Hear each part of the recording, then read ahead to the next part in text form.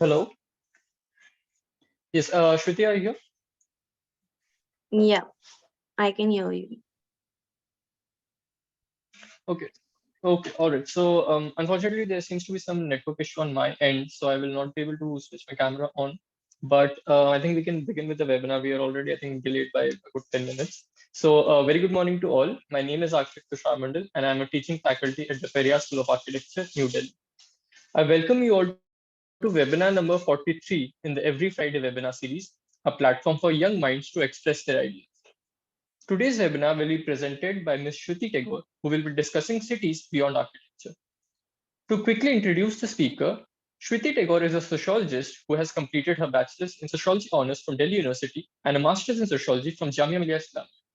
She is currently working as an independent researcher and is a teacher trainee. Her areas of research interest are sociology of gender and sexuality, urban sociology, and sociology of religion, and she has published on the same. Today, she will be presenting on the topic of cities beyond architecture through a social lens. So I request Shruti to now begin with her presentation. Hi, good morning, everyone. I hope I'm audible to everybody. Tushar, can you hear my voice? Yes, you're audible. Okay, so I'll start. Um, so I'm already working on a paper which heavily discusses about sociology and architecture and the connect between the two. So that's why I've always been very keen on attending these webinars. I've been attending them since the beginning, for the last 1 year. And while listening to other architects talking about their work and design and art, I thought that, talking about urban sociology with architect students would be very, very important because when you're starting this course, it's very important to remember that not just the technical aspect of the course of architecture, but also the social aspect is very important while you're designing a building.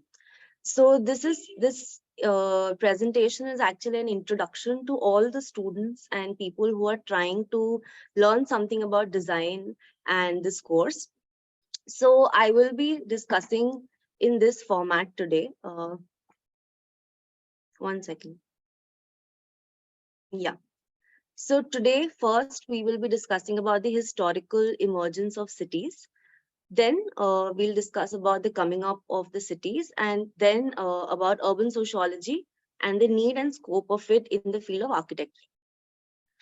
Starting with the historical emergence of settlements, it's very important to remember or just to know that, when we as human beings began in the early stages, we all can, go back to our history books in class 6th and 7th.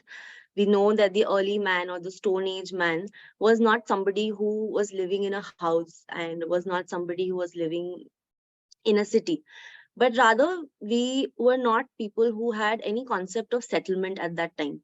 We were moving around, and that's why we were also known as hunters and gatherers. So our idea of settlement was moving all the time, and we were taking shelter in temporary places like caves. So caves were the earliest places where the humans would take shelter for the night. So our life was very similar to that of animals. We were living from, day to day basis, surviving from one day to the other, because all the time the only thing that humans could think about at that time was food and sleep. So you would hunt throughout the day for food, then rest for a while, and then do the same again. And just, during the night, they would take shelter in a cave. So as we were, smaller groups of people, because at that time population was not very large, so people used to move around in small groups, and maybe just it cannot be even described as a group, just 2 3 people together, and they were constantly moving from one place to the other. But with evolution and with the population increase, there were smaller colonies that get got formed. So here we can see that, from a smaller population, people started moving in larger groups. But these groups are also not groups which are, very large. There are hardly 6 to 7 people together. And over here, what came up is the need for rearing the young ones. So this was not something which was there at the earliest stage. Now we started coming up with new trends. For example, people would stay at one place, and then after moving around the whole day, or maybe 2 or 3 days, they would come back to that same place. So such trends were also found in other species like birds and fish. So like a bird would, come back to the same nest season after season. So the concept of getting attached to a place or a group of people, that came up, and human beings started becoming very territorial in nature. So this gave rise to temporary settlements. Why these are called temporary settlements? Because this was not a very well established place. And over here, for the first time, we can find remains of people coordinating with each other. So because in the earlier times people were only moving around from one place to the other, there was no mental space for any sort of human emotion to take place. So they did not have the time or the leisure to bond with each other, or to develop any form of attachment with the humans around them. But now, because they were coming together, to live together, and from my need and my food and my satisfaction, my gratification, the idea changed to our needs. There were loose associations which were formed. So from just one family, your association now was with 2 or 3 more families. So like, small hamlets were formed with just two three families living together. So here the concept of division of labor can be seen. As the picture also depicts, like one person is maybe hunting, one person is preparing the weapons, one person is collecting the wood. So the work got divided between people, and they started coexisting together. Earlier they were living, just alone, like two three people, only focused on their own selves. But now they started living together, and they started, caring for each other also. So all of these emotions of care, support, discipline, these started coming up over here. With people living together, there started to be a need for the rise of cemeteries and shrines. So over here in the first picture, I'm sure, as I'll just give an analogy also. If we remember, in Egypt, the pyramids and the tombs, and whatever is left of their history, earlier history, is in the form of these pyramids and these tombs and temples. So I'm sure these structures were not the very first thing that came up. It developed into a pyramid today, but 2 3 10,000 years ago, maybe even more number of years ago, it did not began as a full structured pyramid. They started burying their dead into, like, maybe a smaller place. Over the years, it got modified, the shape, the size got modified, and today we see it as a remain of a pyramid. But it did not start like that from the beginning. So why cemeteries and shrines are an important point over here? It is because these areas became an important area of shared vision.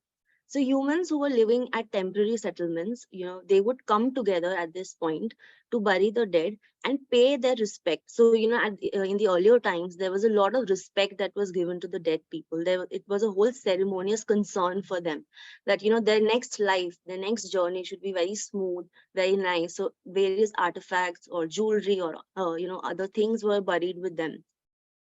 Similarly, for shrines, even in the National Museum, we can see that there are certain artifacts from the earlier times that are there, which are very creative and very artistic in nature. That as a part of your course, also, I'm sure you visit a lot of temples and older uh, structures where the sculptures that are drawn are very, very artistic in nature. So they did not develop, suddenly, that people became creative at one age. From the very beginning, shrines were a place that held a very aesthetically enchanting experience for them. So both of these areas, the cemeteries and the shrines, they all depicted that, people were very hopeful for the future. And these were the places that they came together as a community and then again dispersed back into their temporary settlements. Now, again, keep in mind that, evolution is a constant process and people are constantly trying to live better quality of lives. So then there emerged the importance of two things. So for a better quality of life, humans required better nourishment and domestication of animals. So domestication of animals, as also seen in this picture, that, they started using fox, dogs, ducks, cows, horses, goats for various needs that they had at that time. So, for example, animals like cows and goats could have been used for dietary purposes. Animals like fox and dogs were used for security purposes, and horses were used for travel purposes. Similarly, they also required better nourishment, so they started producing their own food. So in this picture also, if you can see that the settlement is here, but right outside their houses and the place that they would reside, they would start farming, and they would start growing certain kinds of plants and grass, beans, which they required for a better diet. At this time, it is also important to note that they were not always hunting. So the time that they had of hunting, they used that for socialization. They used that time for leisure purposes. For example, they started forming groups amongst each other that would maybe play or take care of other young ones in the group. So over here, another process that started was domestication of women and the need to protect them. So why this term is being used over here is because, along with division of labor, sexual division of labor also took place. So women were assigned a certain kind of job and men took up a certain kind of job in their society. So to go into a little bit of detail over here, the jobs, tasks that women did were, like harvesting and taking care of the field, the agricultural work, taking care of the nourishment of the men. And because man did not have to, go for hunting all the time, now their role changed from hunter to a protector. So these settlements, people could get attacked by maybe animals, could get attacked by other temporary people, groups of people. So the role of men changed from just being a full-time hunter to being a part-time hunter, but also a part-time protector. Now, these all aspects, contributed to permanent settlements coming into being. So why permanent settlements? Because you can't find such land with which is very fertile for a particular crop or a particular agricultural produce everywhere. So the humans realize that we can't leave this place and move again to some other place next year. We need this crop for our nourishment. We need this environment for our better life. So permanent settlements started coming, and with this permanent settlements, small villages and hamlets came up with 10, from 2 3 families living together. 8 to 10 families started living together. And with this, various other concepts also came up where human relations were given a lot of, they encountered certain human relations and social relations which were not there earlier. For example, discipline. When you're living in a community, there is a certain kind of discipline that everybody has to maintain. Social norms came up, social cooperation came up. You're not always fighting, you're not surviving from one day to the other. There is some form of relaxation in your life. So these are communal setups that were happening gradually over a period of time. They became very, very important elements, or I can say the foundation for cities, because for people to come up, for the cities to come up, these aspects were very important, like social cooperation, discipline, labor, division of labor, um, not always fighting, peace. And a very, very important aspect here is the aspect of neighbors. In a village, of course, this is not We are not talking about today. This is like, many, many years ago. The role of a neighbor was very important. It is your neighbor is a person who is always, there at every occasion, at every let's say important thing that is happening in the village. You're celebrating together, you're mourning together. So the idea of a neighbor became very important.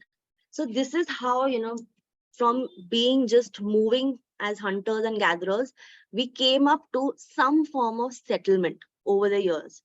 Now, moving ahead to the next topic, which is coming up of cities, which is the actual basis for the last topic, urban sociology.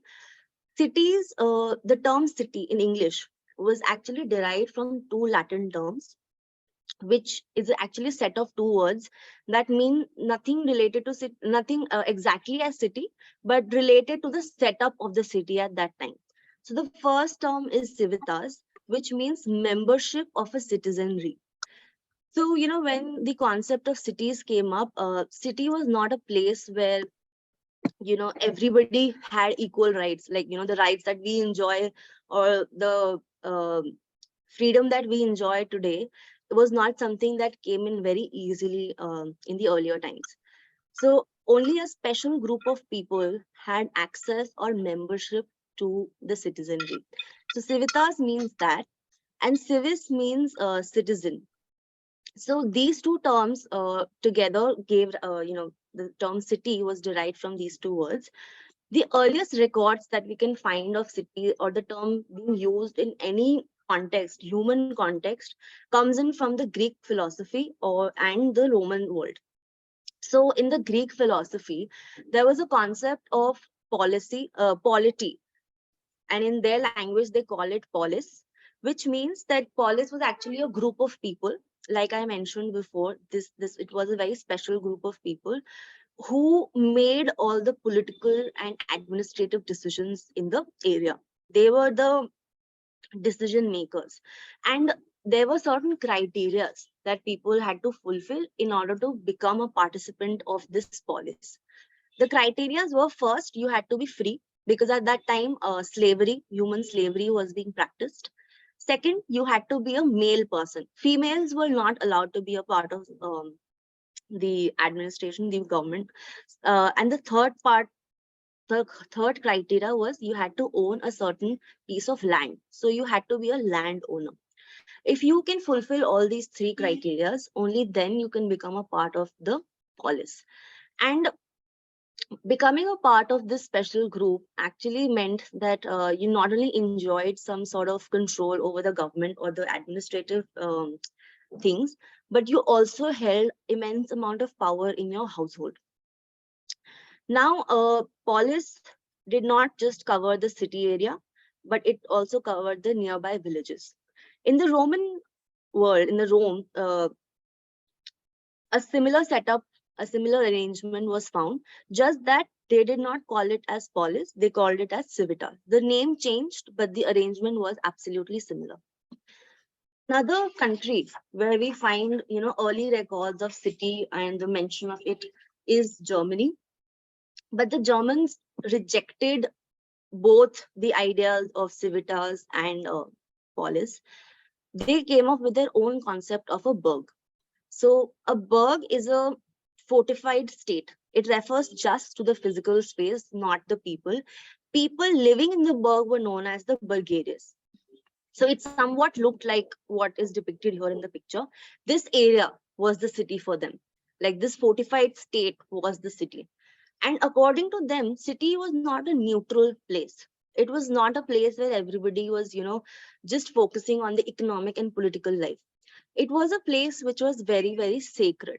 And all the decisions, all the policies that were coming, that, they made, they had a foundation in religion, and something which was very godly in nature.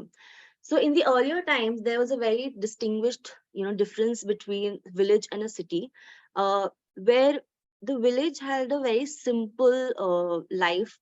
People were very, very peacefully coexisting with each other, with just 8 to 10 to maybe maximum 12, 15 families living together. But city was the place which was geographically, it had a huge boundary, and it was very politically and economically strong. It provided opportunities to people for economic growth, um, where they can financially become better. So here the concepts of markets and trade and shops and all of these things came up, making the city a very very attractive place. So migration and the process of people moving here, from village to the city areas, all of these processes started taking place. Now, coming to the last point of the presentation, which is urban sociology, which is actually, we will be covering why urban sociology came up as a subject, and why do you as architecture students need to study this. Urban sociology came up actually in America in the early 20th century. So what happened was, in the later half of the 19th century, around 1858 60, there were many new things that were coming up in the American subcontinent. So what was happening was that new buildings were coming up, marches were taking place, revolts were taking place, and this got the attention of the professors in the Chicago School of Sociology, under the Chicago University. So William Isaac Thomas, who was an anthropologist and a sociologist, he used the survey method, which was a very popular method at that time, to understand what is happening in the city. So he was wondering that, new buildings are coming up, people are growing economically, financially, everything is becoming better, the country is growing. Then why is there so much disturbance and so much, disharmony in the society? Why is there no peace? So he wanted to test this hypothesis, and he came up with the concept of social disorganization in the cities. He appointed Robert Ezra Park, who was a journalist. He joined Mr. Thomas, and both of them started investigating that what is happening in the city. So Robert Ezra Park was actually an investigating reporter, and he came up with the proof that yes, social disorganization exists in this society, in this city of Chicago. So what proof did he got? He said that, there is alcoholism that's happening. This started as a leisure activity, but has now become a very big social problem, where criminals are coming up, where people are conducting crimes under the influence of alcohol. Uh, Another aspect contributing to social disorganization was prostitution, which began as a profession due to the loneliness of migrant workers and laborers, but it again led to social disorder and disharmony in families. Moral disorder was happening, harassment, antisocial behavior, animal abuse was taking place. Then a case study was also done by Paul G. Cisse in 1932 on a taxi dance hall, where he reported that the women who were performing in these bars, there was a taxi dance hall was actually a bar, were living two lives. They were living a dual life. One where they are performing, but when they move out in the city, when they move out of that area, they don't want to let anybody know what they do as a for professional life. So these were women who were coming from the areas of slum, the areas of ghettos. They were people, women who were coming from from economically backward area. But the men who were coming to these bars were belonging to all communities. So these problems, or these areas that they had recognized as the areas of social disorganization, made them believe that yes, we need a subject, we need a proper research to be done in this area. And thus Chicago School plays a very important role in the emergence of urban sociology as a full-fledged subject. Now, under this whole project, Ernest Burgess was a person who drew the map of the city of Chicago. So here I would like to just quickly discuss and this map in a little bit of detail, because I'm sure as architects you also map cities and areas, but your mapping is very technical in nature.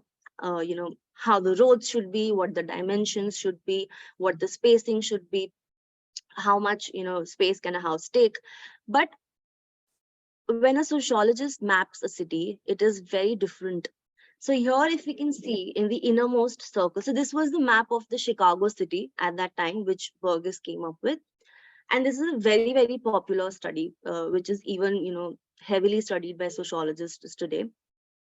The innermost circle over here is the loop one. This is where the most influential people of the country lived.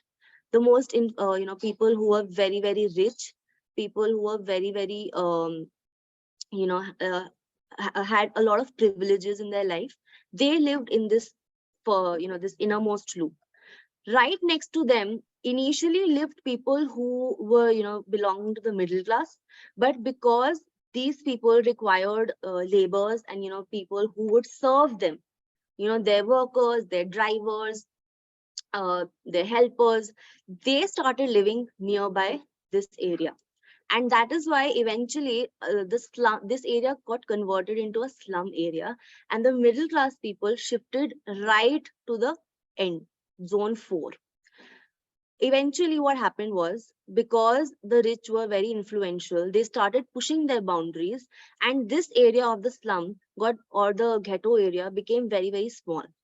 So the middle class didn't want to be associated with either the rich people or the poor people, and they did not feel belong. So they decided, okay, we'll just go to the periphery of this city.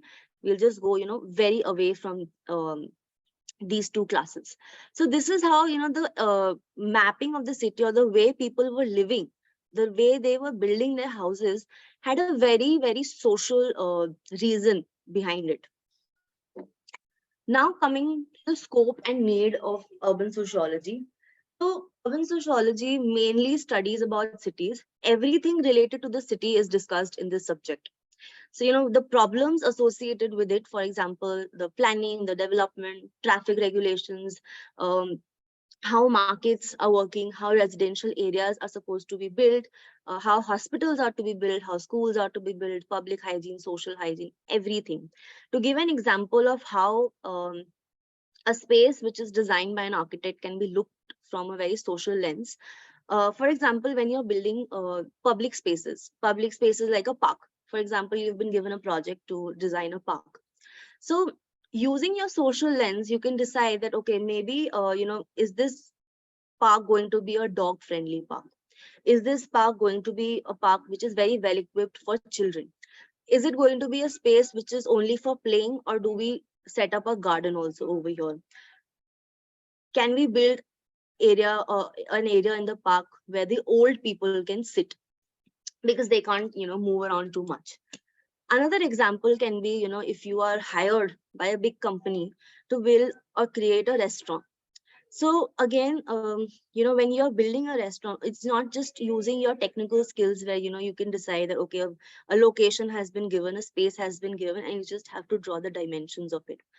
What your social skills can contribute, or what urban sociology can contribute over here, would be that when you are building, when you're designing the seating area in that restaurant, what you will be thinking is that what should be the distance between the two tables. It should be, the arms of the two customers should not touch. There should be enough space for the waiter to move around.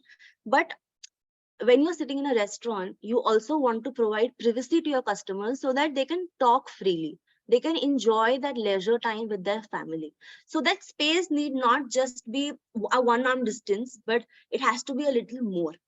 You need to think whether this space, whether this restaurant will have a special provision for kids, for people who have small children, or will have a special provision for the people who are disabled. If there is obviously the restaurant will also have washrooms. So you will be studying as a part of your color theory that washrooms are not to be made of very dark colors. It will scare away the children. Secondly, if the washroom is too dark in color, it will make you feel very suffocated and claustrophobic. But if the same space is maybe a little lighter in shade, white in shade, it will make you feel nice, and it will give a very soothing effect. So all of these aspects of planning, of designing, will require a very sociological lens. So I'll just conclude my presentation by suggesting that, by just highlighting that how the projects that an architect gets are very heavily influenced by sociology, and how you can use your social lens in these projects. For example, if you're getting a community project to build residential area or RWA offices, community centers. Over here also you have to first, understand who are the people who are living in that area. What is their community? What is their culture?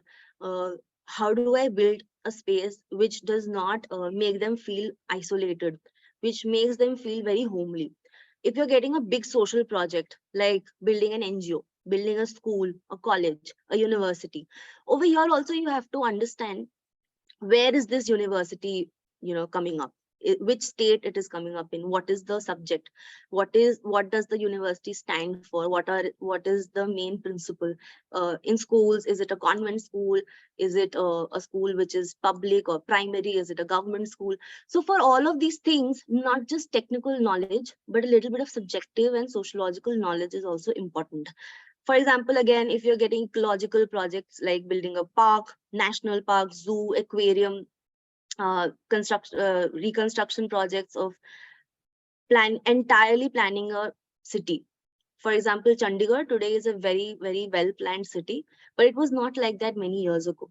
So to do that kind of a thing, the government always appoints a sociologist to be on that core team. It is not just about planning and designing the technical aspects. Again, if you're planning a commercial project like airports, metro, industry, factories, these industries and factories are not coming up in the middle of the city. They're always, at the periphery, maybe near an area which is, where smaller villages, smaller settlements are residing. So you don't want to build an industry or a factory which sort of, ends up uh, making people feel very sad, and they start revolting against it, there are protests, and ultimately a project gets on hold. It doesn't get completed only. So you have to understand what is this area where the industry is coming up. How do I make people believe, or how do I connect with the people that this will not harm their livelihood? So all of these aspects are something that you need to keep in mind while you're designing a space. So with this, I will end my presentation today. And I hope that I've been able to at least introduce urban sociology as a very, very important aspect of planning and designing. Thank you so much. Thank you, Shruti, for the wonderful presentation. If you could just leave the screen share on with the last slide, so Ashok. if somebody wants to get in touch with you, they know the email ID and everything. All right, so I think after the wonderful presentation, we now open the floor to questions. So if any participant has any question or comment, they can either just unmute themselves and ask, or they can put it in the chat box, whichever they're more comfortable with.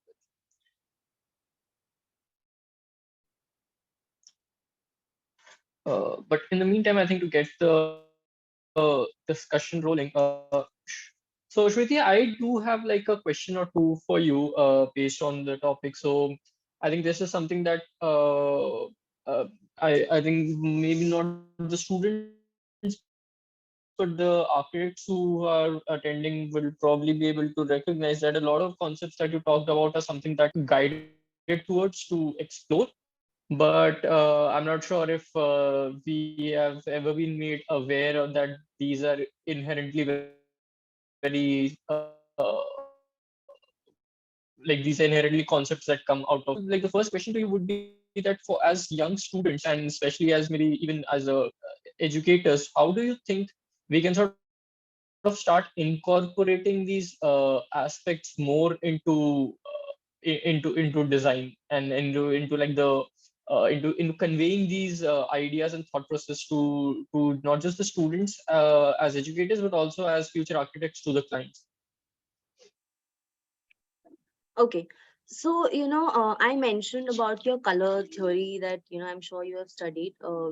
That draws inspiration from sociology only. Maybe you've not been taught it like exactly like that.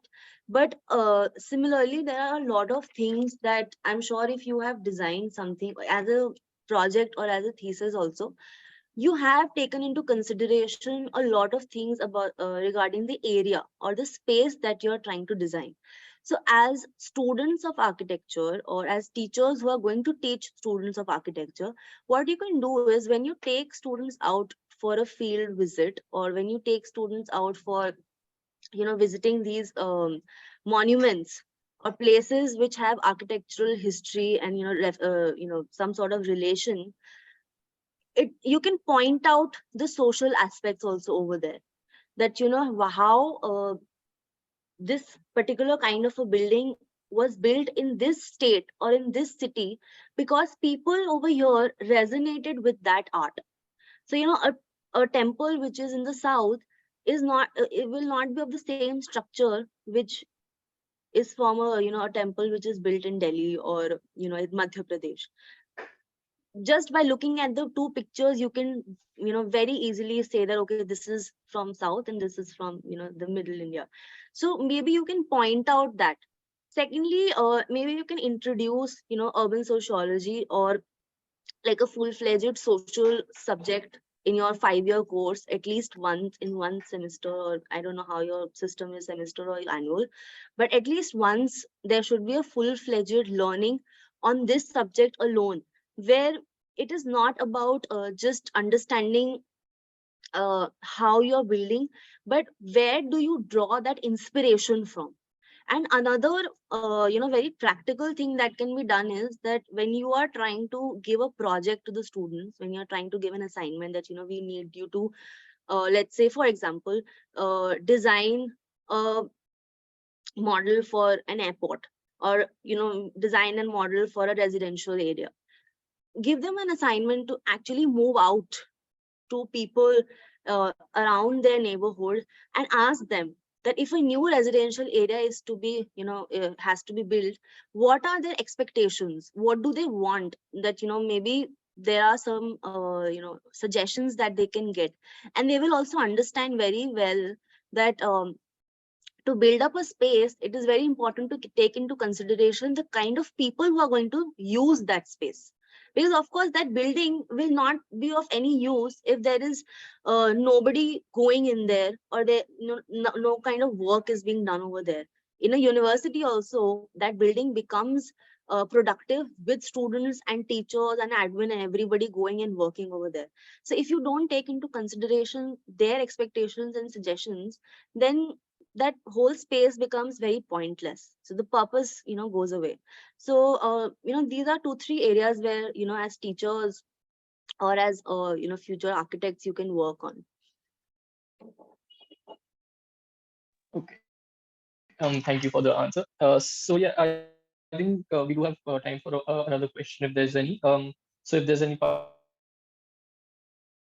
participant who wants to ask, or even just given their comments or views on the topic, then we can do so.